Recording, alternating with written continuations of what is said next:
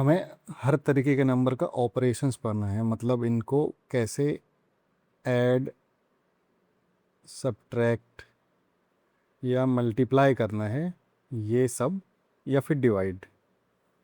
सभी तरीके के नंबर्स आपस में कैसे इंटरेक्ट करते हैं, मतलब natural number, whole number, rational number, irrational number, और इन सबको मिला दो तो ये कहलाते हैं रियल नंबर्स।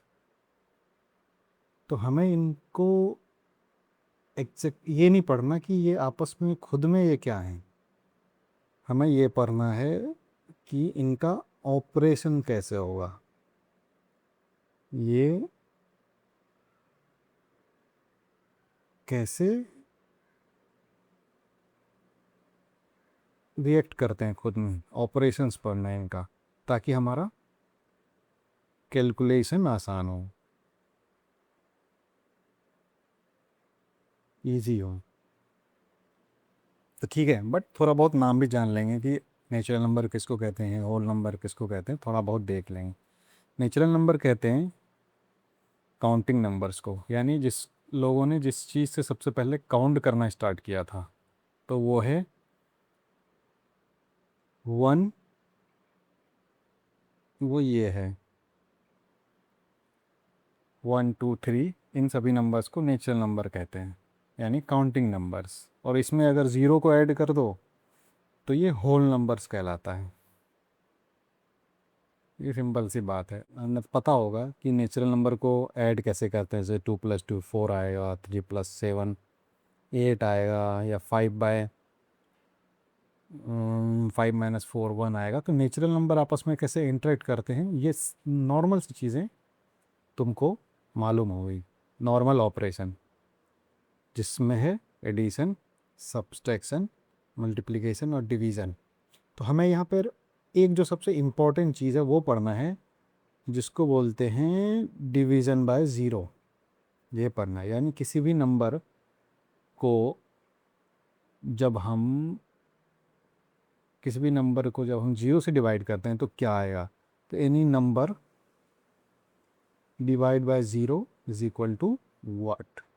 ये एक बहुत बड़ा कॉन्सेप्ट है, एक अच्छा कॉन्सेप्ट है, जो आगे और भी हमें कैलकुलस, क्योंकि हम इस कोर्स में कैलकुलस तक सब कुछ पढ़ेंगे, 12वीं तक की मैथमेटिक्स, जितनी मैथमेटिक्स ज़रूरी होती है किसी भी नॉर्मल फिजिक्स, केमिस्ट्री, इकोनॉमिक्स या किसी भी सब्जेक्ट को पढ़ने के लिए, और स्पेशली नीट फिजिक्स को सॉल्व करने के लिए, वो हम सब वो कॉन्सेप्ट के साथ अच्छे से समझेंगे। मैथ्स सब कुछ कॉन्सेप्चुअली समझेंगे, यूं ही नहीं बताया बस नहीं जाएगा कि ये वो होता है, ये वो होता है, वैसा नहीं है। कॉन्सेप्चुअली हम अच्छे से समझेंगे, बिल्कुल कॉन्सेप्ट्स के साथ में।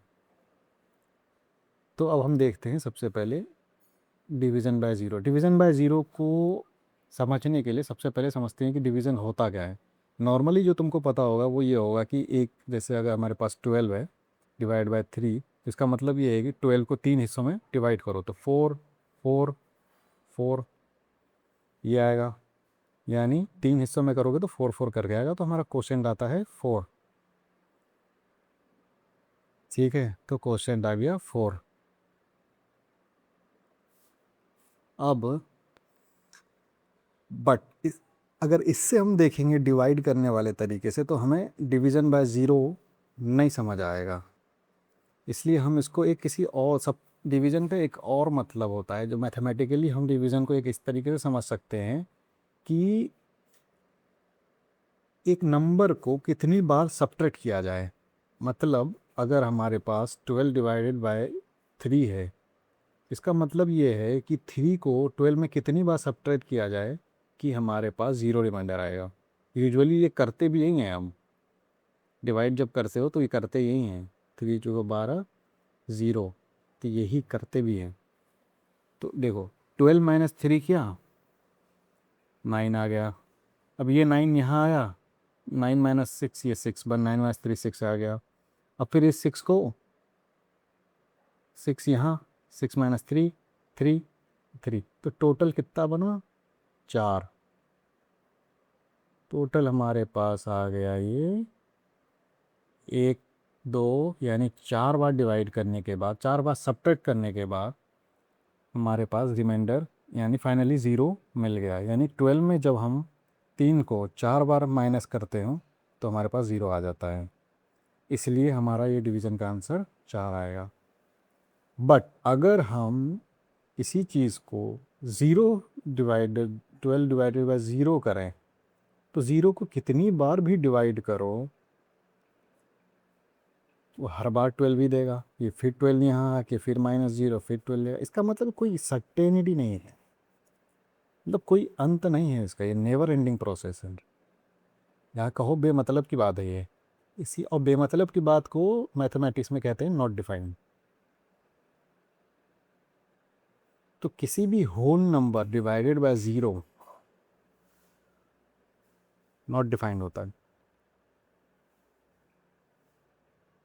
या यूं कह लो, एक्चुअली अभी नेचुरल नंबर या होल नंबर पढ़ रहे हैं तो उसकी बात कर लेते हैं, वरना कोई भी number divided by zero defined नहीं होता है, ये याद रखना, आगे बहुत काम आएगा। तुम लोगों को ये पता होगा 10 कि 1090 नॉट डिफाइंड होता है। अब जो लोग ये सोच रहे हैं 1090 इन्फिनिटी होता है, ऐसा कुछ नहीं होता। इन्फिनिटी एक अलग चीज़ है, वो हम बाद में पढ़ेंगे। एप्स किसी भी चीज़ को आप सिंपल से याद रखो, किसी भी नंबर को ज़ीरो से डिवाइड करेंगे तो आंसर हमारा नॉट डिफाइंड होगा, यानी वो नॉट डिफाइंड होता है, उसका कोई मतलब नहीं है। ठीक है, अब आगे बढ़ते हैं। अब जो एक इम्पॉर्टेंट प्रॉपर्टी होती है होल नंबर्स की,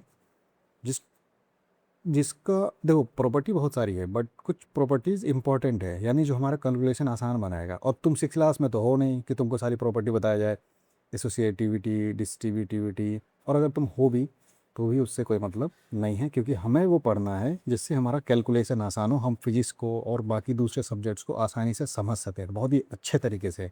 इस मैथ को पढ़ने के बाद तुम बहुत अच्छे से सब कुछ समझ में आएगा। तो एक प्रॉपर्टी हमारे पास है distributivity of multiplication over addition of whole numbers, जिसको अगर तो वो जो है वो प्रॉपर्टी ये है कि अगर ABC एक होल नंबर है हमारे पास तो A इंटू, अब तुम्हें पता A into B plus C is equal to A into B plus AC, या फिर AB प्लस AC।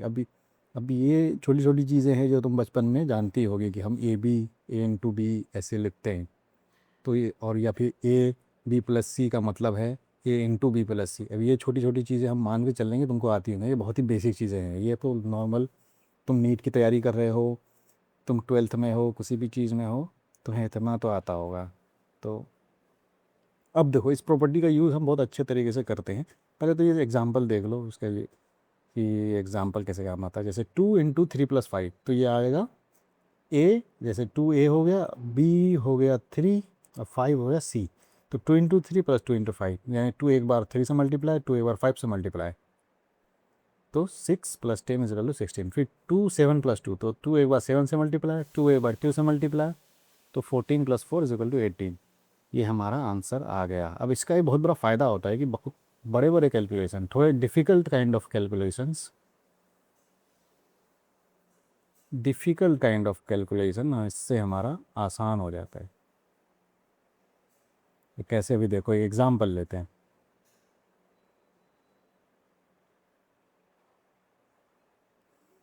मान लो हमें करना है 9 गुना 102, 9 इंटू 102। तो अब 102 को हम 100 प्लस 2 लिख सकते हैं।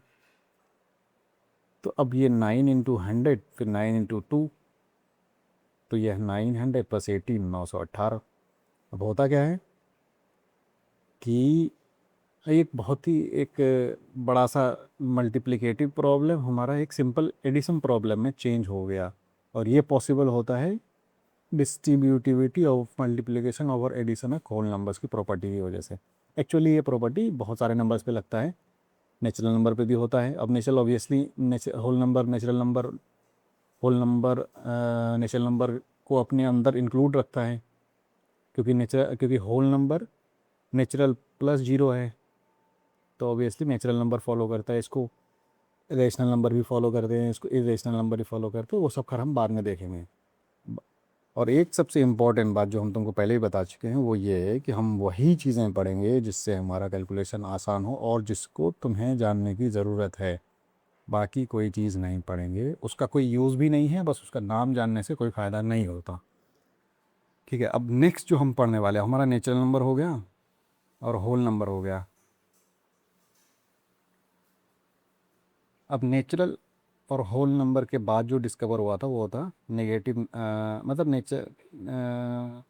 नेगेटिव नंबर को अगर इसमें ऐड करते हैं, नेगेटिव प्लस होल नंबर, तो ये बन जाता है इंटीजर। तो नेक्स्ट वीडियो में हम पढ़ने वाले हैं इंटीजर।